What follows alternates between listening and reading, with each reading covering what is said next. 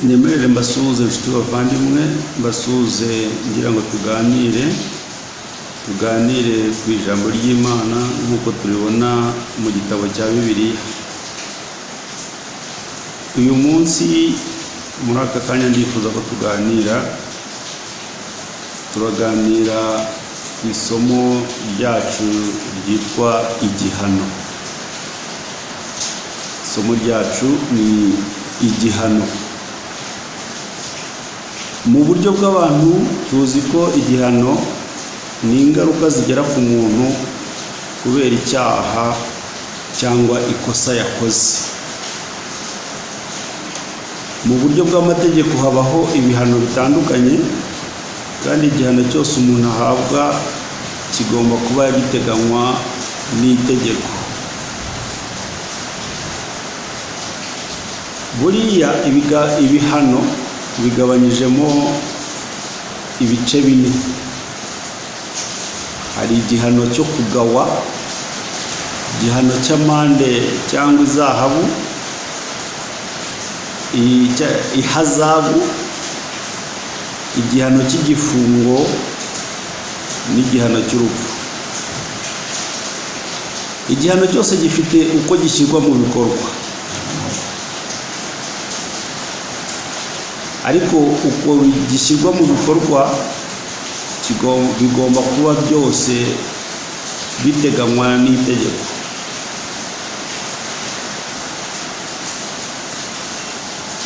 Iyo ari ukugawa bikorerwa mu ruhame, iyo ari amande cyangwa ihazabu ukwishyura amafaranga. Igifungo kirangirizwa muri gereza. Igihano cy'urupfu buri gihugu cyose giteganya uko gishyirwa mu bikorwa, nubwo igihano cyo kurupfu nyine cyose kiba ari urupfu. Igihano cy'igifungo mu mategeko cyitwa igihano ngwatiramubiri, kuko ni igihano kibabaza umubiri cyangwa ni igihano gituma umuntu yimwa uburenganzira bwe mu buryo bwo mu mubiri. Iki gihano ngwatiramubiri kigabanyijemo ibyo nakwita inzego. Izo nzego ni igifungo, ariko gishobora kwiyongeraho ibindi bihano by'inyongera bijyanye no kugira ngo gishyirwe mu bikorwa. Hariho nko gukubitwa, umuntu bakamukatira gufungwa ariko akajya kubitwa. Hari ugukora imirimo ibyara inyungu cyangwa se imirimo y'agahato. Ibyo byose biza byiyongera ku gifungo. Ntitwibagirwe, nubwo tubona byoroshye, burya imbabazi nazo ni igihano. Imirimo simburagifungo nayo ni igihano. No gushyirwa mu rugo cyangwa gufungirwa mu rugo nacyo ni igihano. Nk'uko rero twebwe turi gukurikira ijambo ry'Imana, kandi ijambo ry'Imana riri mu mwuka, kandi ijambo ry'Imana turibona mu gitabo cya Bibiliya, dukwiye kumenya ibintu byose mu buryo bwo mu mwuka. Mu buryo bwo mu mwuka, abantu twese twakoze ibyaha duhabwa igihano kimwe kiri rusange, ni igihano cy'igifungo. Iki gihano kirangirizwa muri gereza, kandi iki gihano cyitwa igihano ngwatirabwenge. Kubera ko ibyo mu mwuka nk'uko nabivuze tubisanga muri Bibiliya, reka twifashishe Bibiliya dusome kugira ngo tubashe kumva no gusobanukirwa. Turasoma muri Yeremiya igice cya 2 umurongo wa 13. Dusome: kuko abantu banjye bakoze ibyaha bibiri baranyimuye kandi ari isoko y'amazi y'ubugingo, kandi bikorogoshereye ibitega mu rutare, ndetse n'ibitega bitobotse bitabasha gukomeza amazi. Ngibi ibyaha bibiri gusa byatumye abantu bashyirwa muri gereza, bashyirwa mu gifungo, aricyo twise igihano ngwatirabwenge. Reka dusome na mu Waroma mu gice cya mbere umurongo wa 18 kugeza ku wa 25, haragira hati: umujinya w'Imana uhishurwa uva mu ijuru, ubyukirijwe ubugome no gukiranirwa by'abantu byose, bashikamiza ukuri gukiranirwa kwabo, kuko bigaragara ko bazi Imana akaba ariyo ubwayo yabahishuriye ubwo bwenge, kuko ibitaboneka byayo ari byo bubasha bwayo buhoraho n'ubumana bwayo bigaragara neza uhereye ku kuremwa kw'isi, bigaragazwa n'ibyo yaremye kugira ngo hatagira icyo kwireguza. Kuko ubwo bamenye Imana batayubahirije nk'Imana habe no kuyishima, ahubwo bahinduka abibwira ibitagira umumaro, maze imitima yabo y'ibirimarima icura umwijima. Biyise abanyabwenge bahinduka abapfu, maze ubwiza bw'Imana idapfa babuhindura ibishushanyo by'abantu bapfa, n'iby'ibiguruka, n'iby'igenza amaguru ane, n'iby'ibikururuka. Nicyo cyatumye Imana ibareka ngo bakurikize ibyo imitima yabo irarikiye, bakora ibiteye isoni bononane imibiri yabo, kuko baguraniye ukuri kw'Imana gukurikiza ibinyoma, bakaramya ibyaremwe bakabikorera kubirutisha Imana rurema, ariyo ishimwa iteka ryose. Amen.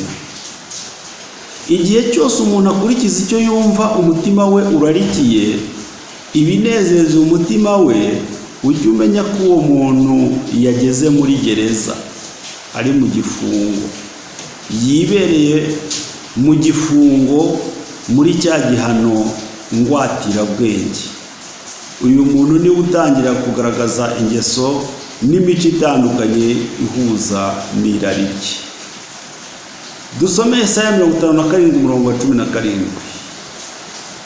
Icyakora icyaha cye cy'umururumba nicyo cyandakaje ndamukubita, narihishe ndakaye, ariko akomeza gusubira inyuma mu ngeso zikundwa n'umutima we. Twabonye ko igihano cy'igifungo bashobora kucyongeraho gukubitwa, nguko uko umuntu wacumuye agashyirwa mu gifungo, Imana yamwongereyeho no kumukubita. Itangiriro igice cya 4 umurongo wa 9 kugeza ku wa 12 haragira hati: Uwiteka abaza Kayini ati, Abeli murumuna wawe ari he? Aramusubiza ati, ndabizi se, ndi umurinzi wa murumuna wanjye. Aramusubiza ati, icyo wakoze icyo ni iki?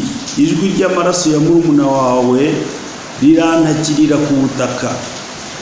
Noneho uri ikivume, ubutaka bwanga, bwasamuye akanwa kawe, bwasamuye akanwa kabwo kwakira amaraso ya murumuna wawe. Ukuboko kwawe kwavushije, nuhinga ubutaka utereye none ntibuzakwerera umwero wabwo, uzaba igicamu cye n'inzererezi mu isi. Twabonye ko igihano cy'igifungo gishobora kongerwaho imirimo y'agahato, ngubu ko ibintu byose dukora bitagenda uko ubishaka cyangwa tubishaka, kubera ko turi mu gihano cy'igifungo, igihano ngwatirabwenge. Timoteyo wa mbere igice cya mbere umurongo wa 19 no 20 haragira hati: ukomeje kwizera kandi ufite umutima uticira urubanza, uwo mutima bamwe barawuretse bahinduka nk'inkuge imenetse ku byo kwizera. Muri uwo ni Himenayo na Alexandre, abo nahaye Satani kugira ngo babyigireho kudatuka Imana. Niba wumva neza kandi wumve ko Satani ni umuyobozi wa gereza turangirizamo igihano twahawe. niyo mpamvu yashyizeho imirimo n'ibirangaza kugira ngo abantu batarambirwa igihano barimo. Turabibona muri Matayo igice cya 7 umurongo wa 21 kugeza kuri 23, haragira hati umuntu wese umbwira ati mwami mwami si uzinjira mu bwami bwo mu ijuru kiretse ukora ibyo data wo mu ijuru ashaka. Benshi bazambaza kuri uwo munsi bati mwami mwami twahanuraga mu izina ryawe, twirukanaga abadayimoni mu izina ryawe, twakoraga ibitangaza byinshi mu izina ryawe. Nibwo nzaberura nti sinigeze kubamenya, nimumve imbere mwa nkozi z'ibibi. Nguko uko Satani nk'umuyobozi wa gereza dufungiyemo yashyizeho imikino n'uburyo butandukanye bwo kuturangaza kugira ngo abantu batarambirwa igihano barimo, kandi anabikorana ubuhanga kubera ko abantu bakunda Imana bumva ko ishobora byose, babikora bazi yuko barimo gukorera Imana. Ibyakozwe n'intumwa igice cya 12 umurongo wa 1 kugeza ku wa 10 haragira ngo ndetse ni nawo mwanzuro w'isomo ryacu tugiye gufata kugira ngo umuntu wese yumve uko tugomba kuva muri gereza, uko tugomba kuva mu gihano n'igifungo turimo. Itangiriro ibyakozwe n'intumwa igice cya 12 umurongo wa 1 kugeza ku wa 10. Nuko muri icyo gihe umwami Herodi afatira abo mu itorero bamwe kubagirira nabi, yicisha Yakobo inkota mwene se Yohana. Abonye ko anejeje abayuda ariyogeza afata Petero. Icyo gihe hari mu minsi y'imitsima idasembuye. Amaze kumufata amushyira mu nzu y'imbohe, amuha abasirikare 16 kumurinda bane. Amuha abasirikare 16 kumurinda bane, agira ngo azamushyire abantu Pasika ishize. Nuko Petero arindirwa mu nzu y'imbohe, ariko abitorero bagira umwete wo kumusabira ku Mana. Herodi araye ari bumusohore iryo joro, Petero yari asinziriye hagati y'abasirikare babiri abohesheje iminyururu 2. Abarinzi nabo bari ku rugi barinda inzu y'imbohe. Nuko marayika w'umwami Imana ahagararaho, umucyo waka mu nzu. Marayika akoma Petero mu mbavu aramukangura ati byuka n'ingoga. Iminyururu imuva ku maboko iragwa. Marayika aramubwira ati kenyera ukwete inkweto zawe. Abigenza atyo. Arongera aramubwira ati wifubike umwitero wawe umurikire.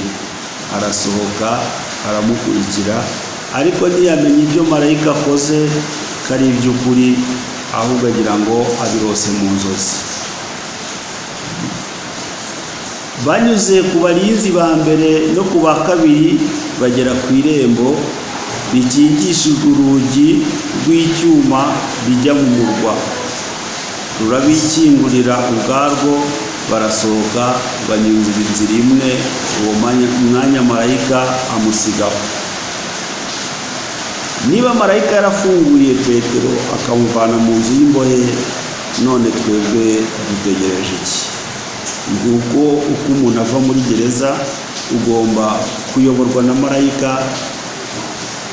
Ijambo kugukoraho iminyururu ikavaho, kandi aho dukora nta handi ni mu mbavu. Reka dusoreshe umurongo uboneka muri Yohana igice cya 14 umurongo 23 kugeza kuri 27. Yesu aramusubiza ati umuntu nankunda azitondera ijambo ryanjye, na data azamukunda, tuzaza ahari tugumane nawe. Ariko utankunda ntiyitondera amagambo yanjye, kandi iryo jambo mwumvise si iryanjye, ahubwo ni irya Data wantumye. Ibyo mbibabwiye nkiri kumwe namwe, ariko umufasha ari we Mwuka Wera, uwo Data azatuma mu izina ryanjye, niwe uzabigisha byose, abibutsa ibyo nababwiye byose. Mbasigiye amahoro, amahoro yanjye ndayabahaye. Icyakora simbaha nk'uko ab'isi batanga, imitima yanyu ntihagarare kandi ntitinye. Nguko uko umurimo turi gukora ari uwo gukura abantu mu nzu y'imbohe, nk'uko Imana yafunguye Petero akava mu nzu y'imbohe. Uyu munsi Petero ntafunze, nk'uko yafunguwe nawe afite ubushobozi bwo kujya gufungura abandi, twese tukava mu nzu y'imbohe. Ni ukuvuga ngo rero buri muntu wese yegere Petero amufashe uko yafunguwe, nawe afite ubushobozi bwo kugufungura, mu izina rya Yesu Kristo umwami wacu. Amen.